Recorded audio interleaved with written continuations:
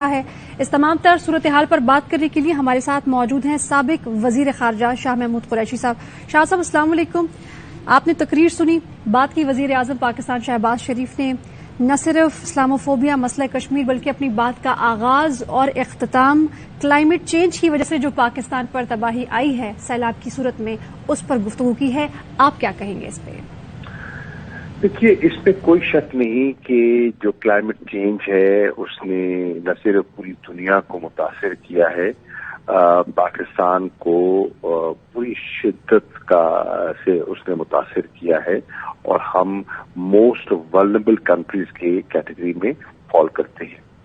اور اچھا کیا انہوں نے جو تباہ کاریاں ہیں اور جو ذمہ داریاں ہیں ایک ڈیولپڈ ورلڈ کی، اس کی نشاندہی کی۔ لیکن سوال یہ اٹھتا ہے کہ اتنا عرصہ حکومت میں رہنے کے باوجود ان کی اور ان کے بھائی کی یہاں کئی حکومتیں رہی ہیں پاکستان میں، انہوں نے کیا اقدامات اٹھائے ہیں کلائمیٹ کو اور انوائرمنٹ کو درست کرنے کے لیے۔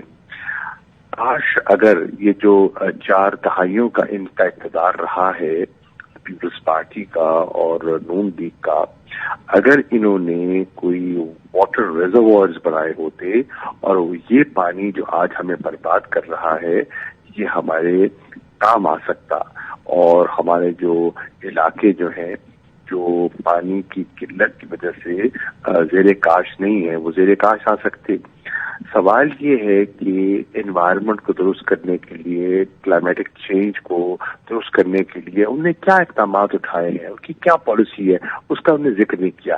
عمران خان صاحب نے عملی اقدامات اٹھائے تھے، مثال کے طور پہ جو فارسٹیشن کا ان کا ایک پروگرام ہے، جو 10 بلین ٹری سونامی کا ان کا پروگرام ہے، پوری دنیا نے اس کو سراہا۔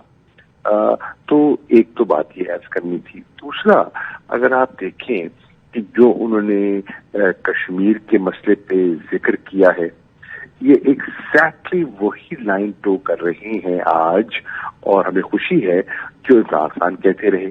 عمران خان کا موقف یہ رہا کہ آپ 5 اگست کے جو یک طرفہ اور غیر قانونی اقدامات ہیں ان کو واپس لیجیے۔ یہ تو ٹریڈ آفیسرز کو تعینات کر رہے تھے، یہ تو ہندوستان کے ساتھ ٹریڈ کے معاملات پر گفتگو کرتے رہے، یہ تو ساڑیاں تقسیم کرتے رہے۔ تو یہ بھی دیکھنے والی بات ہے کہ آج وہ لائن لے رہے ہیں، ڈیموگرافک چینج کی بات کر رہے ہیں۔ تو یہ ایگزیکٹلی یہ وہ چیزیں ہیں جن کو عمران خان اور تحریک انصاف پوری شدت سے اٹھاتی رہی۔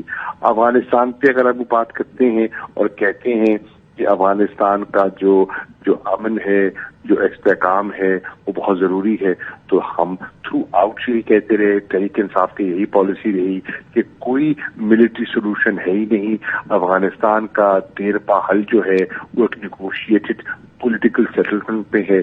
تو یہ تو لگتا ہے کہ ہماری کوئی لکھی ہوئی پرانی تقریر اٹھائی ہے انہوں نے اور اس سے کٹ اینڈ پیسٹ کا انہوں نے سہارا لیا ہے۔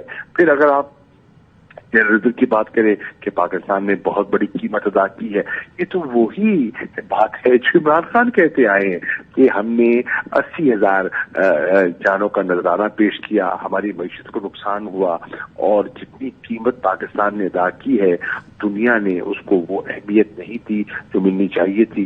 اسلاموفوبیا کا اگر وہ ذکر کرتے ہیں تو ایگزیکٹلی اسلاموفوبیا کی قرارداد 99 میں ہم لے کر گئے، تحریک انصاف لے کر گئی۔ تو مجھے اس بات پر اطمینان ہو رہا ہے کہ انہوں نے جو تحریک انصاف کی جو حکمت عملی تھی، فارن پالیسی کے جو ہمارے جو مین نقطے تھے، آج اس حکومت نے ان کو انڈورس کر دیا ہے، یعنی کہ انہوں نے ایڈمٹ کر لیا ہے کہ جو لائن تحریک انصاف اور عمران خان پرسو کر رہے تھے وہ درست ہے اور یہ اسی کو فالو کر رہے ہیں۔ ٹھیک ہے، سابق وزیر خارجہ شاہ محمود قریشی صاحب، آپ کے وقت کا بہت شکریہ۔